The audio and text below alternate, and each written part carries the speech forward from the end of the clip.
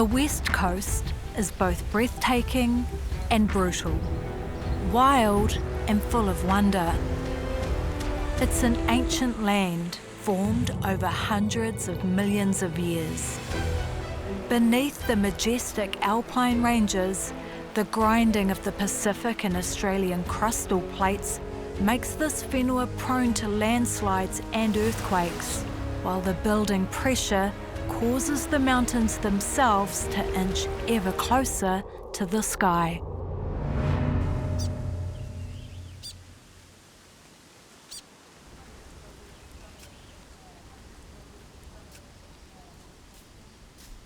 Yeah, well, this is Te Taurako Waka Maui. This is our whare kaipō.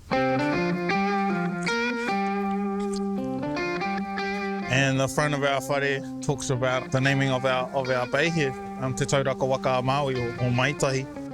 Right at the top there, we've got Maui. So the kōrero goes that he was on his waka the maha nui, looking for this whenua that he had heard about before.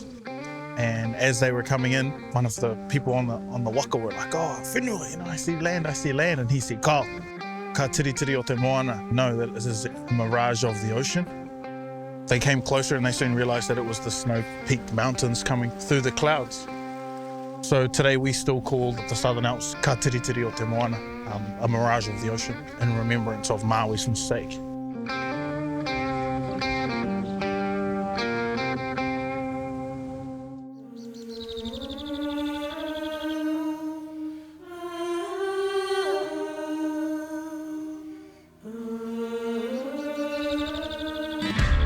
By the time the Crown entered into land negotiations with Pounamu Kaitahu in the early 1850s, the Treaty of Waitangi was already over a decade old, and land wars in the north had already begun.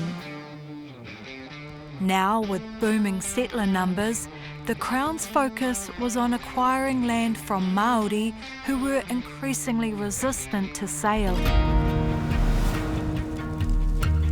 Pounamu Kaitahu chiefs wanted to retain almost 400,000 acres. But the resulting Arahura purchase deed of 1860 left them with just over 10,000 acres. And Māori were shifted onto small pockets of native reserve land.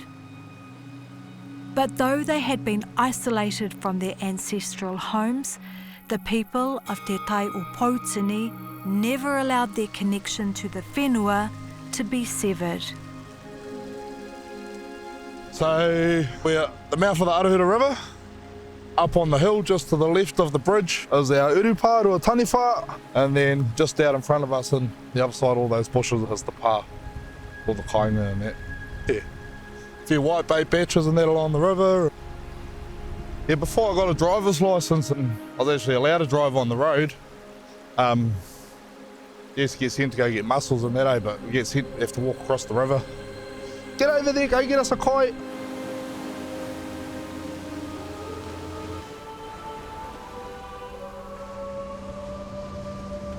See how this sand up the top here is real black, like it's quite dark. That's because it's full of gold and iron. So people, they come through and scoop the top off it and get all the gold out of it. Anywhere along the beach where you see that black sand, it's gold.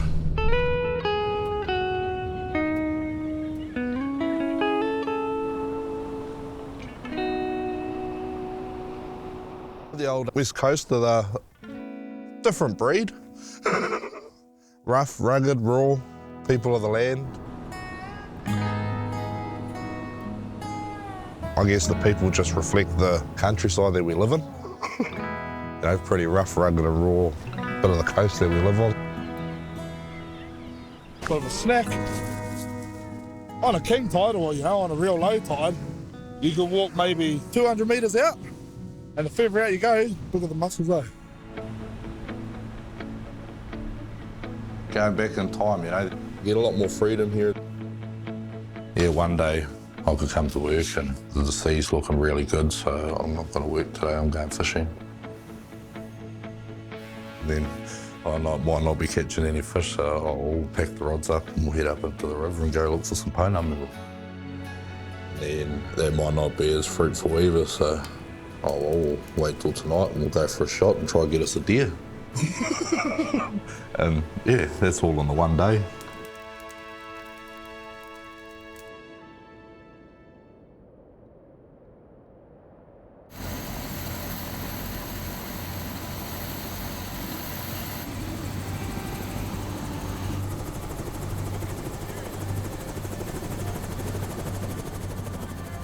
A lot of the valleys and areas here on Te Tai o Pounamu were carved out by glaciers. So right up in the Moka, you can imagine the amount of rain that comes in, lands up in the top, packs it all down, and it creates that pressure, and that's what pushes our glaciers through. So during that ice age, it was pushing through like a big bulldozer, grabbing all of the rock on the side and grinding it like sandpaper all the way out to the ocean. Ka Tiritiri o te moana runs for 500 kilometres from northeast to southwest. And at its highest peak, stretches almost 4 kilometres into the sky. It's home to more than 3,000 ancient glaciers. These ice rivers carved the surrounding lands and also carved Te Tai o Pounamu history.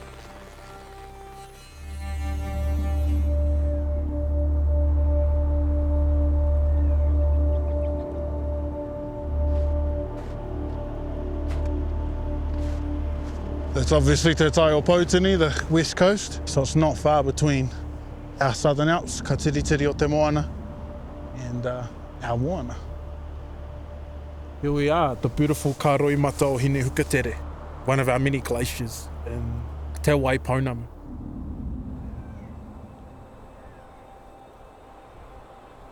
Hine Hukatere was one of our old people. She was a great mountaineer, known today as the Snow Maiden. Her and her husband, Wawe or Tuwawe, they decided to go for a hikoi one day. And as you can imagine, Hine Hukatere, being the mountaineer that she was, just took off. But Wawe missed his footing and fell to his death. Hine Hukatere, she was so sad that she began to tangi. Now our atua, seeing this, decided to freeze her tears solid in remembrance of the love that she had for her partner. So ka roimata Hine Hukatere means the frozen teardrops of Hine Hukatere.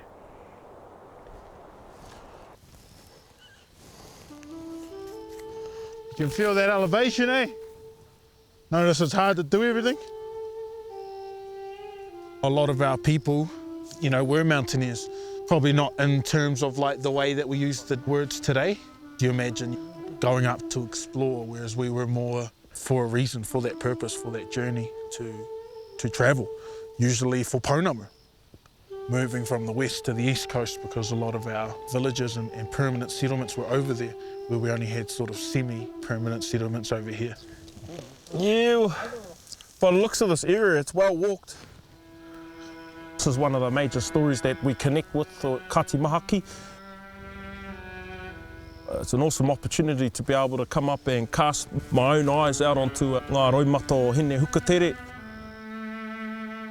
My tupuna obviously looked at the same piece of ice. When we break it down to the toka, to our stone, we're pretty much talking about our maunga. It's just a whole nother experience, being up close. You found the source? Oh, it's just source. Big cluster. There's a nice little tohu. Being kaitiaki pounamu, that's our thing. We're always looking at the ground, we're always watching our footsteps, and to find a taonga is a natural thing. Here up in the maunga, we'll find big seams of all types of minerals. So up here in the glacier country is known for its quartz. Here on Te Tai Pounamu, especially around here, because of all the geology in the area, you're going to find lots of different minerals and things. So it's a good way to get a feel for your terrain. I'll just put it in my collection. I have a few odd stones lying around. Yeah, each one I've gathered myself, and they all have a story. I'll be able to tell you where I found it, what I had for lunch that day, what the weather was like. So yeah, they're just beautiful little taonga. Small piece of Hine Hukatere to take home.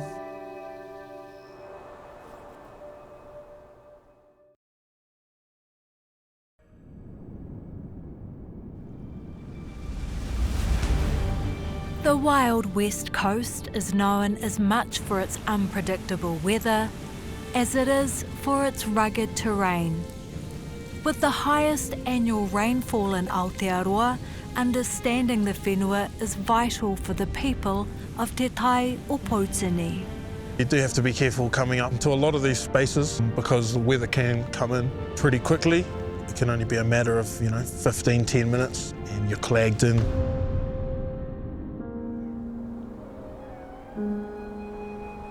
We are known as the wild wet west coast. We get hammered by the weather.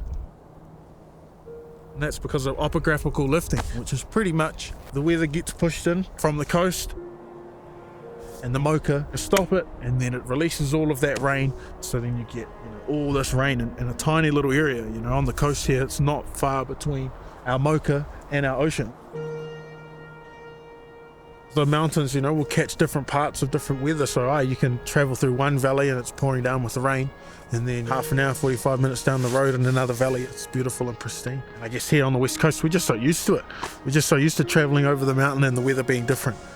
You can almost guarantee if it's wet over here, it's dry on the other side, or vice versa as well.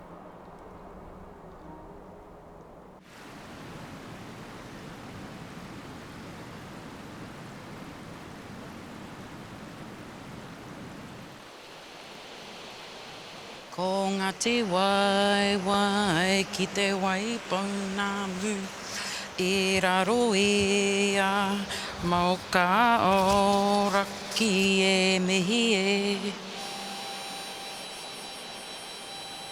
We are between the first two gorges on the Arahura River, heading east back in towards Ka Tiritiri o Te Moana, or the Southern Alps. So you quite often find pou at the bottom of falls. So as things are tumbling down, sometimes they drop down into holes. You imagine it, river's in flood, it's tumbling along, there's quite a big fall like that, it drops into a hole at the bottom. This river is renowned for flash flooding. The gorges are quite narrow.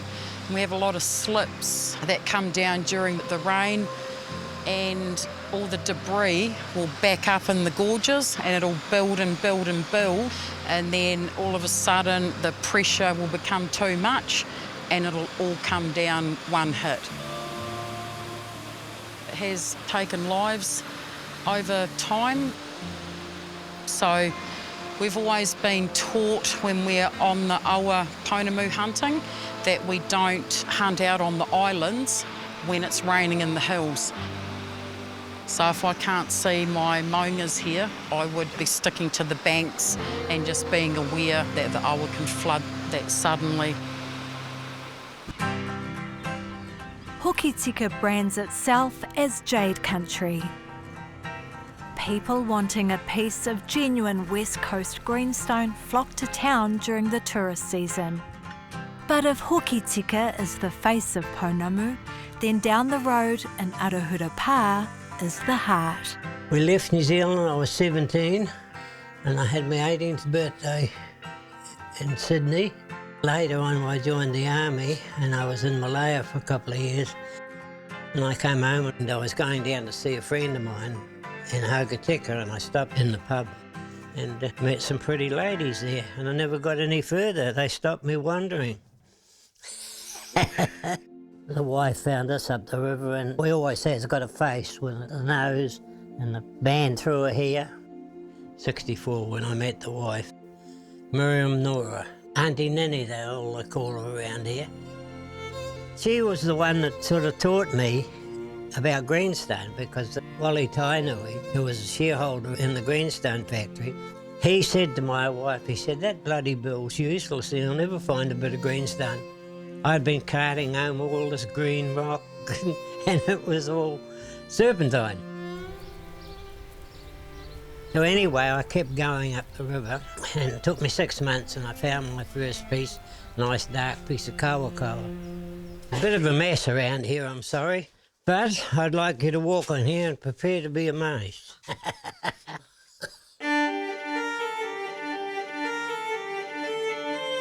Once upon a time I could tell you every part on the river or the beach where I picked up that piece and where I found it in the river.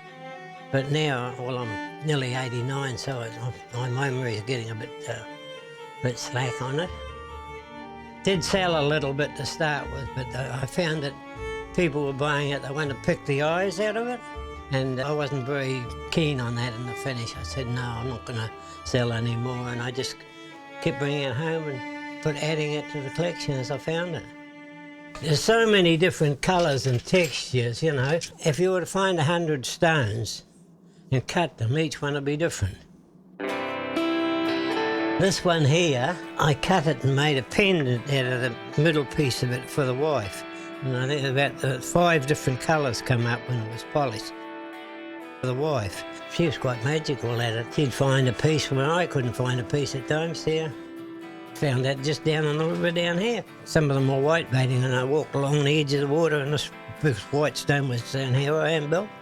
Thank you. I can remember taking people up the river and I'd drop a piece in the river and I'd carry on and circle around and pick it up again to get ahead of them and drop it again. And after several times, I said, what's this bit, Bill? I said, you lucky bugger. How many times I had to drop it before they found it? Here's an unusual piece that was given to me, orange greenstone. This was a piece I found many years ago, and they said, oh no, that's not a very nice stone. I said, well, you might think that, but I think it's lovely, you know. I don't know, it's like gold fever, you get a greenstone fever too, you know. Get a real bug for it, and no matter how big a piece you find, you get excited, you know.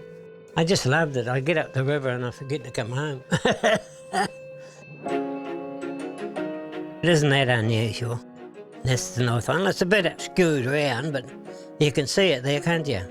I was really excited when I found that bit. I done a little dance. I get a bit carried away with it. You know, I could go on about this one on that one and forever sort of thing. I think they're talking about a museum for it and that, you know. Could imagine this in a bigger room, you know, and spread out instead of all this jam-packed on top of one another, you know.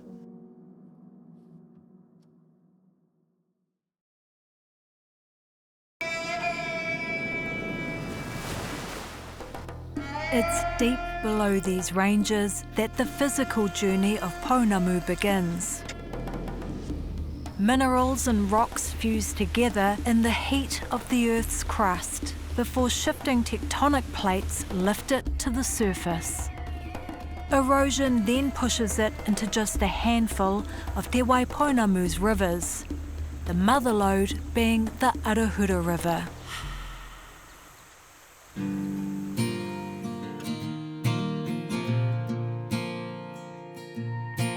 The day I got my moko kauai, I said to the whānau, please don't send any photos yet. I want to go out to my brother's at the pā and show him what I look like before we send photos to anybody.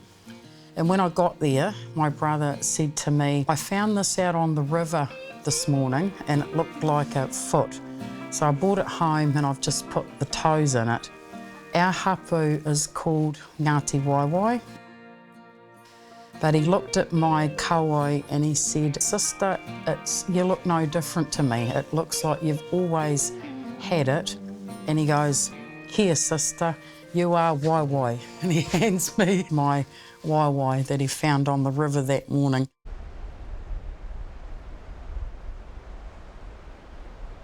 Yeah, this is our backyard, pretty much. We have a blast through whitebait season. Me and the cuzzies. It was a pretty poor whitebait season this year. One of the poorest. That's fishing. Out here on the seas, you find some nice running away. You know, when the tide's real low. I'd found a few pieces as a teenager and things like that, but didn't think much of it.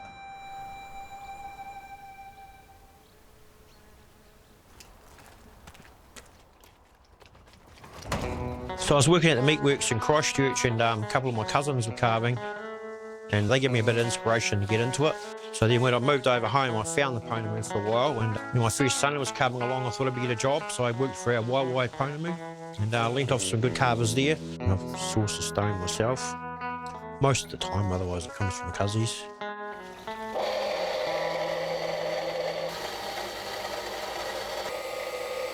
Just a bit of a commission job for up in the whānau up north. He said come up with something pretty much and incorporate the whānau in there. For instance, these ones here, it'll be the mum and dad, the kurus, holding it together, and it'll be the sister and the brother as well, and the notches. Vice versa on that one. Around here, there's a lot of carvers set up at home, and it has been for a long time like that. There'll be dozens. When you're like doing production carving, you can get pretty quick at it, eh? You have to make like 10 the same thing each day, 5 the same thing, you can get quite quick. I made tukis for years. That was the bread and butter there for a while. When I started, I just wanted to be able to do it fast, do it really quickly and pump it out. And I've sort of got there, you know, and then you can take it beyond that, do it properly, do it a little bit extra. Just trying to do the stone a bit of justice, I'd say.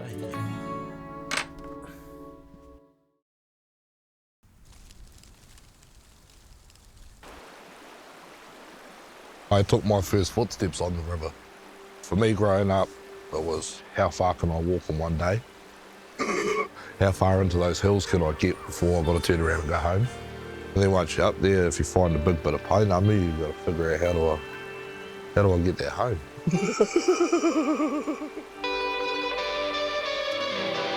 The rivers of Te Tai o Poutini are intrinsically tied to life for Poutini Kaitahu.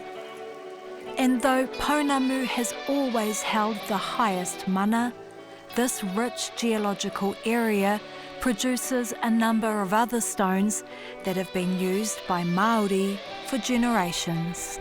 I carve orewa, grey pakoi, argillite, whalebone, all sorts of different shells. Pretty much anything except skin. I'm looking for something that doesn't have big cracks or fractures through it, and something about as long as my forearm. That's just a rough gauge on sort of how long to make a patu. Once you learn to read a stone, it's like reading a book.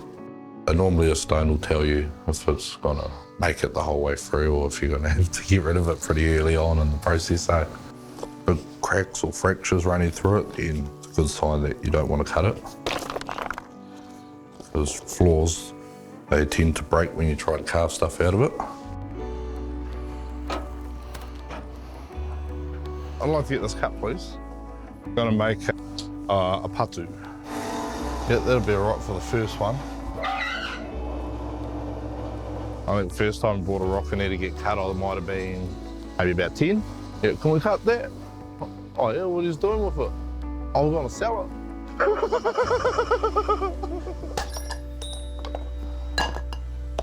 Beautiful.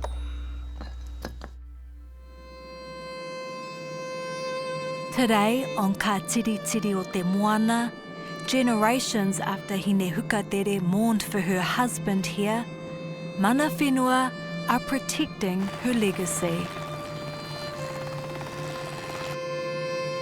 So I've had the opportunity to work with some of the operators within this valley.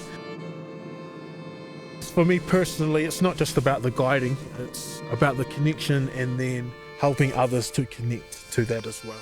And then also, my direct descendants were the first to guide a lot of the first Europeans that came to these areas. So not only is it a connection back to our people, it's helping to keep all of their stories and the knowledge that they had, the mātauraka that they had. By passing it on and handing it on, we're keeping it alive. Many, many years ago, lived a maiden of the snow. No more was she more at home than in the mountains. She trekked from the skies to the sea. It's where she laid eyes on he. Known for his charm, swept off her feet, was the maiden of the snow by a prince of the sea. The moon went down, the sun comes up from behind the peaks that this girl loved. She gazed upon them with a heavy heart. Ka tiri tiri o te moana. They were hiking through the mountains, heading through the homelands. Lovers bound by unity, love folded forever. On and on.